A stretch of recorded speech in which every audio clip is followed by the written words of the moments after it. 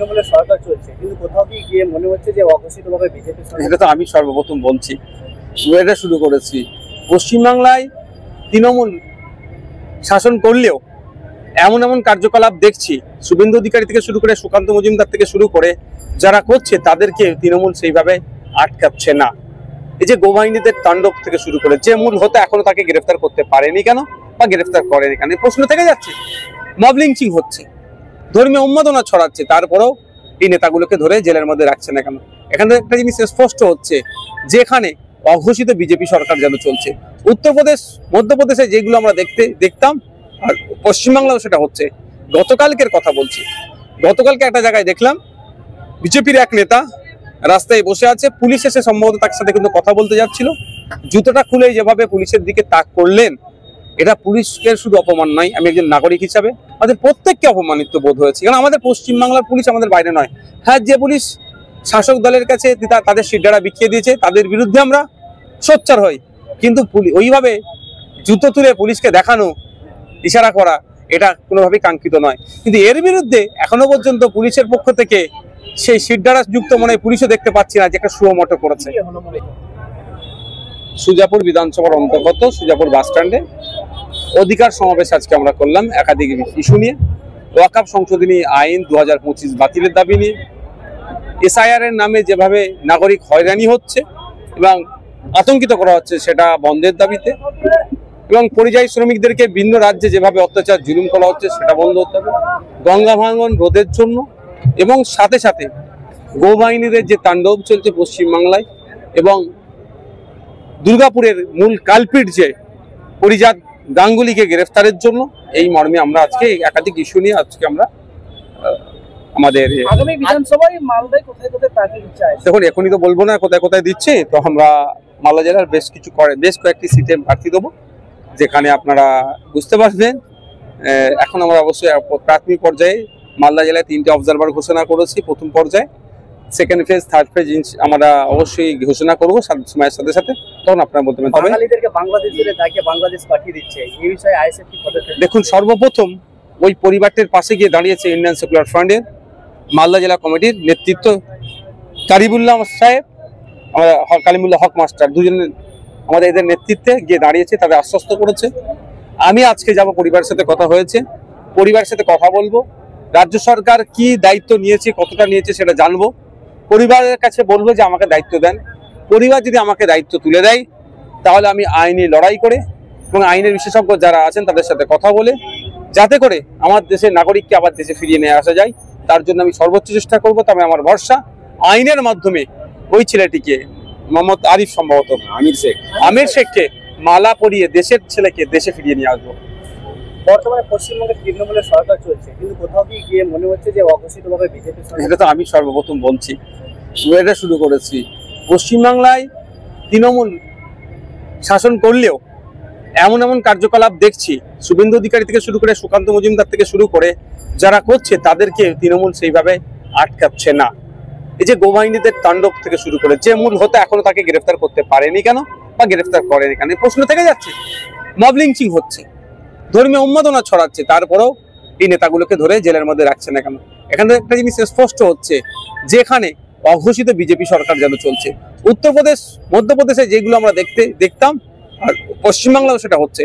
গতকালকের কথা বলছি, গতকালকে একটা জায়গায় দেখলাম বিজেপির এক নেতা রাস্তায় বসে আছে, পুলিশ এসে সম্ভবত তার সাথে কিন্তু কথা বলতে যাচ্ছিল, জুতোটা খুলে যেভাবে পুলিশের দিকে তাক করলেন, এটা পুলিশকে শুধু অপমান নয়, আমি একজন নাগরিক হিসাবে আমাদের প্রত্যেককে অপমানিত বোধ হয়েছে। কারণ আমাদের পশ্চিমবাংলার পুলিশ আমাদের বাইরে নয়। হ্যাঁ, যে পুলিশ শাসক দলের কাছে তাদের শিরদাঁড়া বিছিয়ে দিয়েছে তাদের বিরুদ্ধে আমরা সোচ্চার হই, কিন্তু ওইভাবে জুতো তুলে পুলিশকে দেখানো, ইশারা করা, এটা কোনোভাবেই কাঙ্ক্ষিত নয়। কিন্তু এর বিরুদ্ধে এখনো পর্যন্ত পুলিশের পক্ষ থেকে সেই শিরদাঁড়া যুক্ত মনে পুলিশও দেখতে পাচ্ছি না যে একটা সুমোটো করেছে।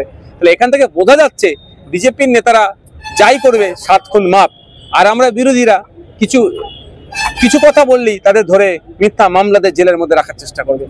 তাহলে এখান থেকে একটা জিনিস আরেকটা স্পষ্ট হচ্ছে যে বিজেপিকে এই রাজ্যে সুযোগ করে দিচ্ছে আর অন্যান্য বিরোধীকে আটকানোর চেষ্টা করছে। স্যার, যারা এখন বর্তমানে বাইরে যাচ্ছেন তারা বাড়ি আশেপাশে শিক্ষক বা অভিভাবককে জিজ্ঞাসা করছে যে বাইরে যাবো কি কি ডকুমেন্ট নিয়ে যাবো, তারা একটু আতঙ্কিত হয়ে যেত। একটু স্যার এলাকাবাসীর জন্য একটু কিছু বলেন। দেখুন, ওই আতঙ্কিত কাটানোর দায়িত্ব তো আমাদের নয়, ওই আতঙ্কিত কাটানোর তো আমাদের দায়িত্ব নয়, ওটা রাজ্য সরকারের দায়িত্ব। তারপর আপনি যেমন প্রশ্ন করেছেন তার উত্তর আমি দিচ্ছি। যে ডকুমেন্টস গুলো আছে সেগুলো নিয়ে যাক। আর একটা যে ডকুমেন্ট সবসময় চাইছে অনেক ক্ষেত্রে লোকাল এমপি এমএলএ এর একটা রেসিডেন্সিয়াল সার্টিফিকেট, কারণ আমার ভাঙড় থেকে প্রচুর ছেলে বাইরে থাকে, তারা আমাদের কাছ থেকে নিয়ে যাচ্ছে। আমরা তার ছবি দিয়ে রেসিডেন্সিয়াল সার্টিফিকেট আমরা দিই, কিন্তু ছবি দিয়ে অ্যাটেস্ট করে দিলে ওটাও ভ্যালিড পেপার বলে গণ্য হচ্ছে। সুতরাং তাদেরকেও বলবো যে আপনারা এই ধরনের অ্যাটেস্টেড উইথ ফটো অ্যাটেস্টেড আপনারা কাগজ নিয়ে যান। আর সুবিধা হলে আমাদের যারা নেতৃত্ব আছে তাদেরকে ফোন করতে পারে, বা শ্রম দপ্তরের আমরা চিৎকার চেঁচামেচি করে একটা টোল ফ্রি নাম্বারের ব্যবস্থা করতে বলেছি, ওরা 24x7 চালাতে বলেছি।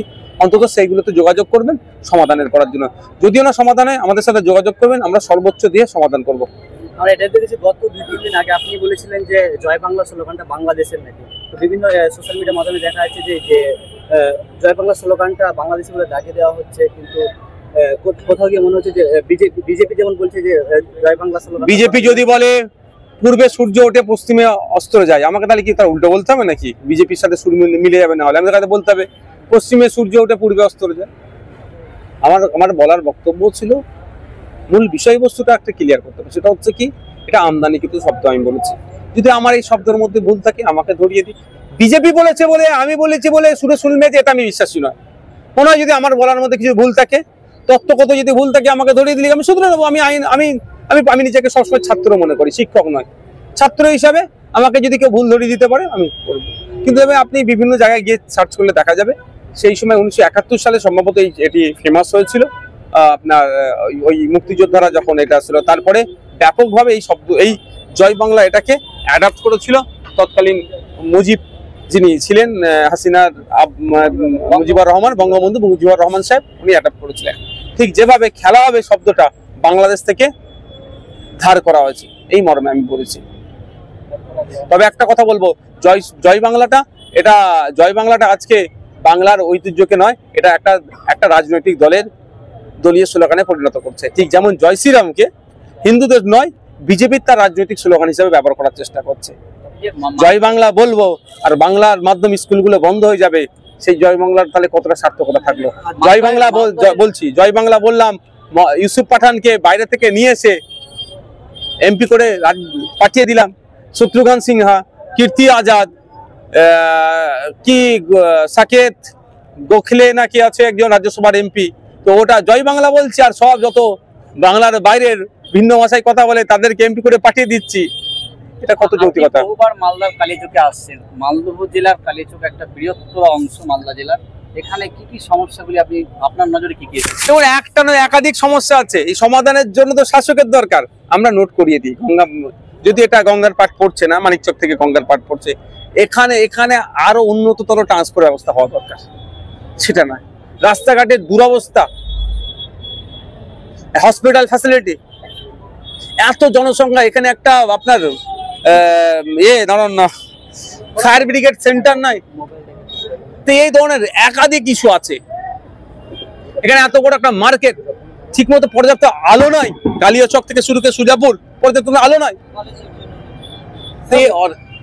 এখানে অনেক মানুষ এসেছে বিভিন্ন এলাকা থেকে, আপনি দেখলেন প্রায় কতক্ষণ হতে পারে? তেমন আমার আন্দাজ নেই, মানুষ সম্পর্কে আমার জ্ঞান নেই।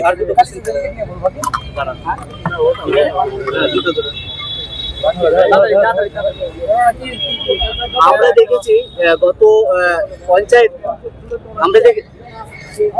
গত পঞ্চায়েতে আইএসএফ প্রতিদ্বন্দ্বিতা করেছিল সুজাপুরে প্রায় 14টি অঞ্চলের মধ্যে, তো একটা অঞ্চল আইএসএফ প্রধান হয়েছে, কিন্তু বিভিন্ন সোশ্যাল মিডিয়ার মাধ্যমে দেখছি যে আইএসএফ প্রধানের বিরুদ্ধে দুর্নীতির অভিযোগ উঠছে, 25% কাশ্মীরি খাওয়ার অভিযোগ উঠেছে সোশ্যাল মিডিয়াতে।